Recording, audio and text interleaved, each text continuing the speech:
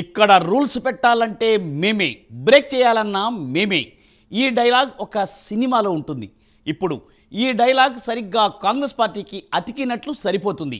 ఎందుకంటే ఎప్పుడు తమకు కావాలో అప్పుడు ఒక రూల్ని తీసుకొస్తుంది. అదే రూల్ తాము చేసే పనికి అడ్డుపడితే మినహాయింపు పేరుతో బ్రేక్ చేసేస్తారు. ఇంతకు ఇప్పుడు కాంగ్రెస్ పార్టీ పెట్టిన ఆ రూల్ ఏంటి? పెట్టిన రూల్ని ఏమైనా బ్రేక్ చేయనున్నారా?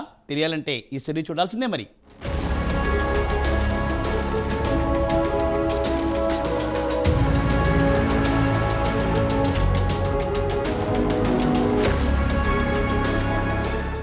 కాంగ్రెస్ పార్టీ అంటే సముద్రంతో పోల్చుతారు. దగ్గర 140 ఏళ్ల చరిత్ర కలిగిన పార్టీ కాంగ్రెస్. దాదాపు ఇక్కడ రాజకీయ అక్షరాభ్యాసం చేసి పక్క పార్టీలకు వెళ్లడం, లేదంటే కొత్త పార్టీ పెట్టుకునేవారే ఈ దేశంలో ఎక్కువ మంది రాజకీయ నేతలుంటారు.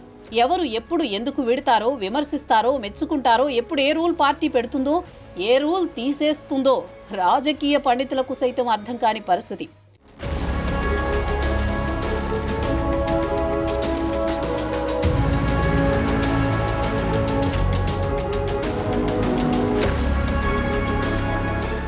ప్రస్తుతం తెలంగాణ కాంగ్రెస్లో ఇలాంటి పరిస్థితే నెలకొందని తెలుస్తోంది.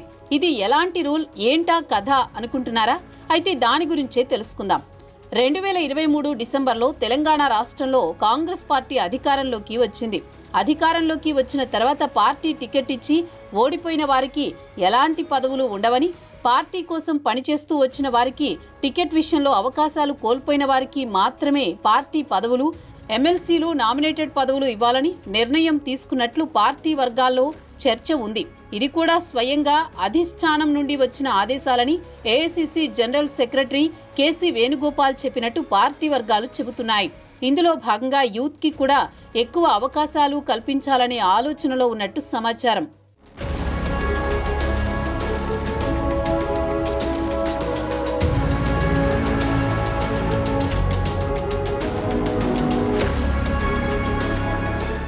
ఇందులో భాగంగా ఎన్ఎస్యుఐ రాష్ట్ర అధ్యక్షుడిగా ఎంతో శ్రమించిన భల్మూరి వెంకట్కి MLC, young leader Anil Kumar యాదవ్కి రాజ్యసభ సభ్యత్వం ఇవ్వడంతో పాటు పార్టీలో టికెట్ ఆశించి భంగపడ్డ యువ నాయకులకు, కష్టపడ్డ వారికి, పార్టీ అనుబంధ విభాగాల చైర్మన్లుగా ఉన్నవారికి కార్పొరేషన్ చైర్మన్ పదవులు ఇచ్చింది. ఇంతవరకు బానే ఉంది. అసలు సమస్య ఇప్పుడే మొదలైంది.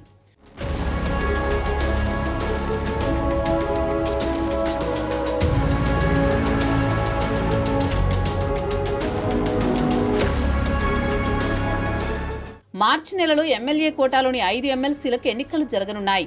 మరి ఈ కోటాలో ఎమ్మెల్సీలుగా ఎవరికి అవకాశం ఇస్తుందనే చర్చ ఇప్పుడే పార్టీలో మొదలైంది. ఎందుకంటే ఎమ్మెల్యేగా అవకాశం ఇచ్చి ఓడిపోయిన వారి పేర్లు కూడా ఎమ్మెల్యే కోటా, ఎమ్మెల్సీ పదవులు ఆశిస్తున్నారు. వీరిలో పార్టీ ఇస్తేనే తీసుకుంటాం, కానీ నేను మాత్రం పైరవీ చెయ్యను అని టీపీసీసీ వర్కింగ్ ప్రెసిడెంట్ జగ్గారెడ్డి చెప్తుంటే, లేదు తమకు అవకాశం కల్పించాల్సిందే, ఎన్నో ఏళ్లుగా పనిచేస్తున్నామని మరికొందరు సీనియర్లు కోరుతున్నారు. ఇందులో AICC secretary Sampath Kumar, CWC member Vamshichand Reddy, మాజీ మంత్రి రామరెడ్డి దామోదర్ రెడ్డి, ఎమ్మెల్సీ జీవన్ రెడ్డి, ప్రభుత్వ సలహాదారుడు షబ్బీర్ అలీ, మరికొందరు కూడా ప్రయత్నాలు చేస్తున్నారని తెలుస్తోంది.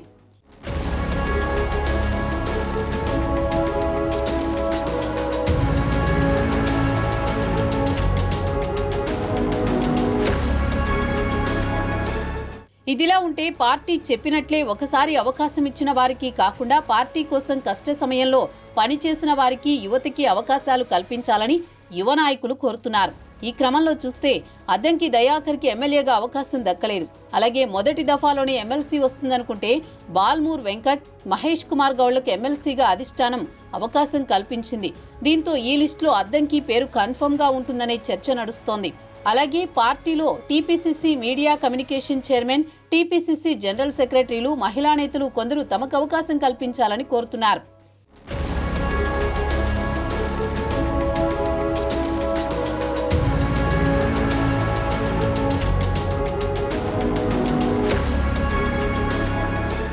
పార్టీ గతంలో కూడా పారాచూట్ నేతలకు టికెట్లు ఇవ్వమని, పార్టీలో ఎప్పటినుంచో కొనసాగుతున్న నేతలకి అవకాశం ఇస్తామని చెప్పింది. కానీ తీరా చూస్తే చివరి నిమిషాల్లో వచ్చిన వారికి ఎమ్మెల్యే టికెట్లు ఇవ్వడమే కాకుండా క్యాబినెట్లో పలు కీలక మంత్రి పదవులు కట్టబెట్టింది. అదేమంటే రాజకీయాల్లో కొన్నిసార్లు సమయానికి తగ్గట్టు నిర్ణయాలు తీసుకోకపోతే నష్టపోతామని చెప్పుకొచ్చింది. మరి ఇప్పుడైనా ఓడిపోయిన వారికి నో ఛాన్స్ అనే మాట నిలబెట్టుకుంటుందా, లేదా ఆ సమయానికి రూల్ చేంజ్ చేసి తప్పలేదు అని తప్పించుకుంటుందో చూడాలి మరి.